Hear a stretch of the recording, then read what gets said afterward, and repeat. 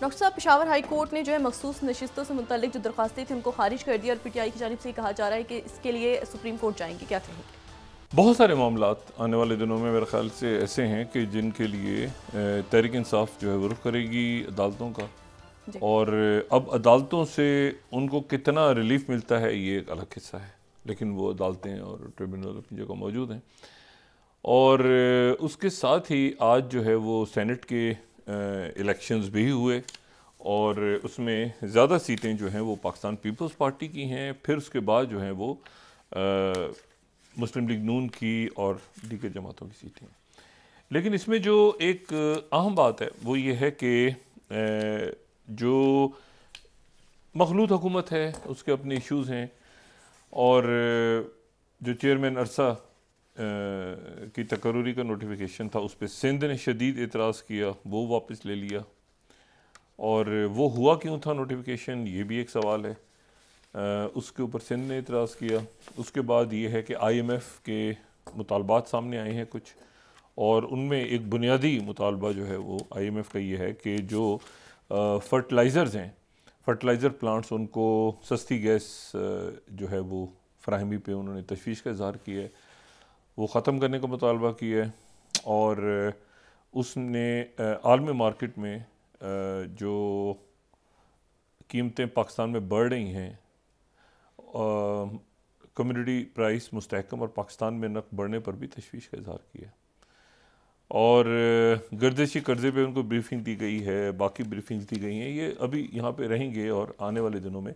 अच्छा, इसमें मैन्युफैक्चरिंग शोबे पर रिटेलर्स पर टैक्स इक़दाम का मुतालबा किया है, और रियल इस्टेट सेक्टर में और रिटेलर्स के लिए टैक्स मैकेनिज़्म के ऊपर ब्रीफिंग दी गई है। मतलब मुख्तलिफ अभी बातचीत उनसे चल रही है और ये अब किस तरह से मामलात आगे जाते हैं। लेकिन जो वज़ीर ख़ज़ाना हैं उनकी मैंने गुफ्तगू सुनी कल मोहम्मद औरंगज़ेब साहब की, शाहज़ेब खानज़ादा साहब के साथ, तो वो बड़े कॉन्फिडेंट नज़र आए।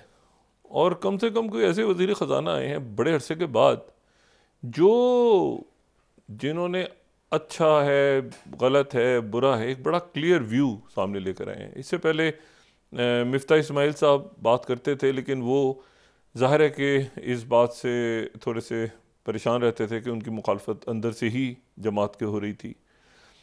इसहाक डार साहब जब बात करते थे तो वो भी ज़ाहिर है कि एक सियासी शख्सियत थे और उनका IMF के साथ मामलात उनके बिगड़ गए उनके दौर में। हफीज़ शेख साहब सामने ही नहीं आते थे हमारे। और इसी तरह से शौकत अलीन साहब जब वज़ीर ख़ज़ाना थे तो वो भी बहुत ज़्यादा, मतलब है कि वो अच्छा है, बुरा है, गलत है, कोई रोड मैप तो सामने आना चाहिए ना। तो उन्होंने कल बात तो बड़ी खुल के की कि अब उस पर अमल दरामद कितना होता है, और अमल दरामद जो है उस पर एक बात उनकी जो थी वो बड़ी उन्होंने मुनासिब की कि जो मिडिल क्लास या जो लोअर तबका है वो टैक्स वो दे ही नहीं सकता किसी सूरत में। टैक्स का जो पहाड़ है वो उस पर नहीं जाना चाहिए। तो ये बात उनकी बहुत अच्छी थी। उन्होंने ये भी बड़ी अच्छी बात की कि मुझे पता है कि बहुत ज़्यादा तनकीद आएगी, तो वो इसके लिए भी ज़हनी तौर पे यकीनन तैयार हैं, क्योंकि महंगाई और आगे जो मामलात हैं सारे, तो ये अच्छा है कि बजाय इसके कि लोगों को ख्वाब दिखाए जाएं कि भाई इतने अरब रुपए आपके लिए आपके सरों के ऊपर निछावर करने जा रहे हैं हम, इतने।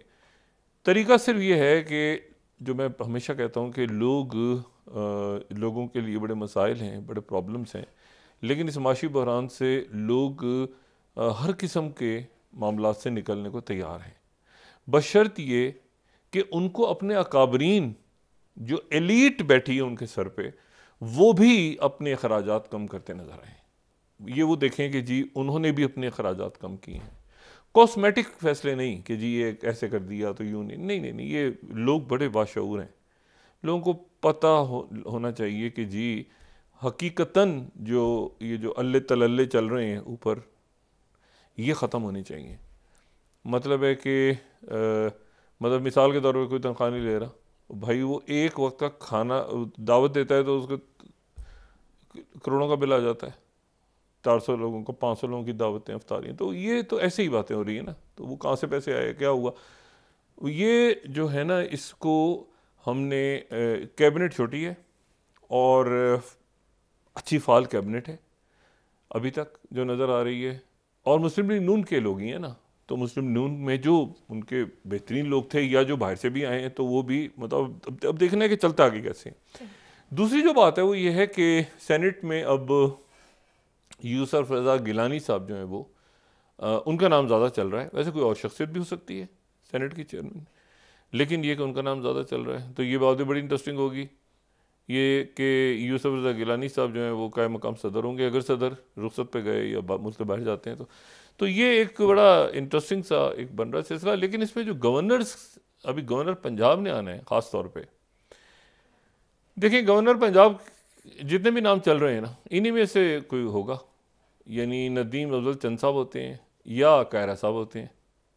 अच्छा, दोनों जो हैं वो इंतहाई अवामी और मकबूल शख्सियात हैं, और कारकुन पॉलिटिकल वर्कर अपने आप को कहते हैं, ज़्यादा वो पॉलिटिकल वर्कर ही हैं, उनमें कोई वो रहनुमाओं वाली खसूसियात हैं नहीं। दोनों शख्सियात जो है ना बड़े।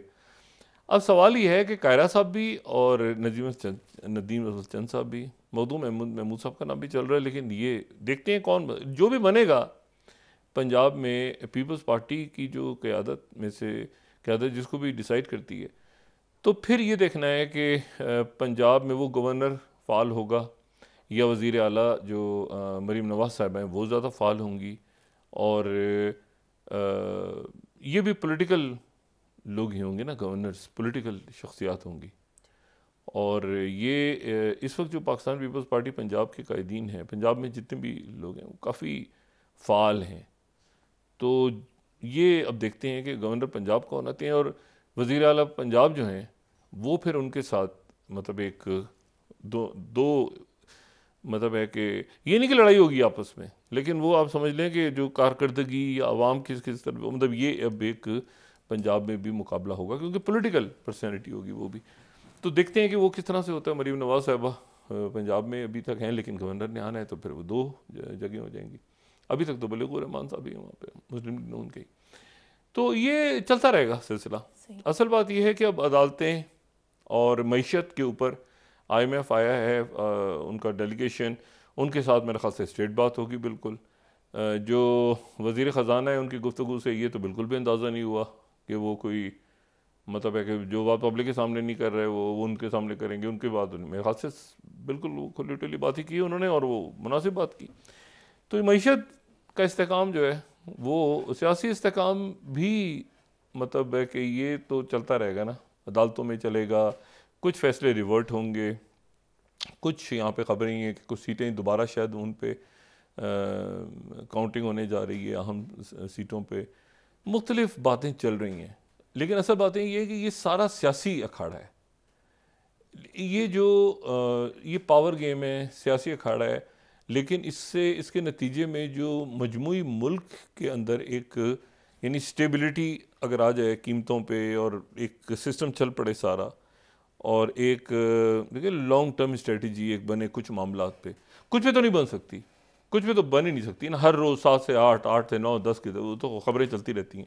लेकिन एक लॉन्ग टर्म स्टेबिलिटी जिसमें 3-4 चीज़ें, जिसमें मईशत, ये आपकी टैक्सेशन, ये आपका डिजिटलाइज होना, जो कि कल बात की उन्होंने वज़ीर ख़जाना ने कि बहुत ज़रूरी है। आपका मुल्क के अंदर सबसे बड़ी जो लीकेजेस और करप्शन इसीलिए है मुल्क में कि चीज़ें जो हैं वो फ़ाइलों में हैं, कागज़ों पे हैं। और मतलब 8-8 लोगों ने एक ही प्लॉट ख़रीदा हुआ है, 8 के पास कागज़ हैं, फाइलें लगी घूम रहे हैं लोग।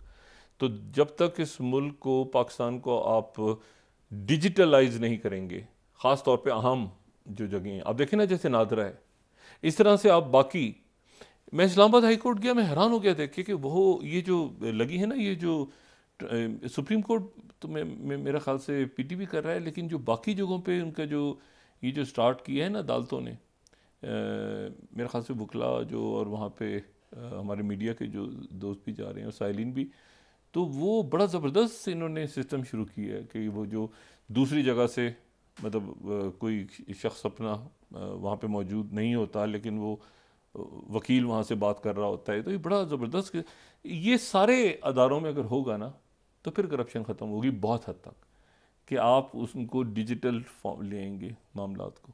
अभी तक तो सिर्फ अदालती कार्रवाइयों की बात हो रही है ना। अभी ये कि फ़ाइलें, अभी ये कि जो देखें बैंक बड़ी हद तक जा चुके हैं, डिजिटलाइज हो चुके हैं। तो ये मतलब है कि बहुत ऐसा भी नहीं कि बहुत नामुमकिन है। और हमने देखा है, सबसे बड़ा तो तजुर्बा हमने उसमें किया है, कोविड। पूरे सारे मुल्क के लोग जो हैं उनका एक डाटा बना, किसने कितनी वैक्सीन लगाई हुई है, नहीं लगाई हुई। हाँ, मुल्क के अंदर लोग हेर फेर करते रहे, लेकिन एयरपोर्ट्स जो क्रॉस कर रहे थे वो ये दूसरे एयरपोर्ट्स पे उतर रहे थे तो वो पकड़े जा रहे थे। यहाँ से निकल भी जाते थे तो आगे पकड़े जाते थे। तो वो बड़ी हद तक जो है आप समझें कि वो एक प्रॉपर सिस्टम हुआ। और ज़ाहिर है कि मुकम्मल तौर पे तो हम ये नहीं कह सकते कि हर चीज़ ही ठीक हो गई थी उसमें भी, लेकिन ये कि बहुत बड़ी हम तैयार नहीं थे उसके लिए, दुनिया सारी तैयार नहीं थी। लेकिन फिर सब ने आहिस्ता आहिस्ता आहिस्ता आहिस्ता जो है वो डिजिटलाइज किया पूरा सिस्टम मुल्क का, डाटा इकट्ठा हुआ, सब कुछ हुआ, और फिर उसके नतीजे में हमने काम देखा। तो ये इंशाल्लाह ताला चीज़ें हो जाएंगी। इर्द गिर्द के हालात जो हैं वो बड़े तेज़ी के साथ पाकिस्तान पे बहुत बड़े अंदाज में, पाकिस्तान समेत पूरी दुनिया के हर मुल्क पे असरअंदाज होने जा रहे हैं, और असरअंदाज होने जा रहे हैं और तेज़ी के साथ बदल रहे हैं। ये वो वक्त नहीं है कि हम कहेंगे जी वो 20-25 साल तक स्टेटस को है दुनिया में, मतलब दो सुपर पावर्स हैं आराम से बैठे रहें जी सुकून से, और वो जनाब उसके बाद एक मतलब नहीं, मतलब है कि उसके बाद एक सुपर पावर रह गई, फिर उसके बाद ये, फिर मतलब ये कि वो बड़े अब ब्लॉक्स बन रहे हैं, बड़ी दुनिया में तेज़ी से तब्दीलियाँ आ रही हैं।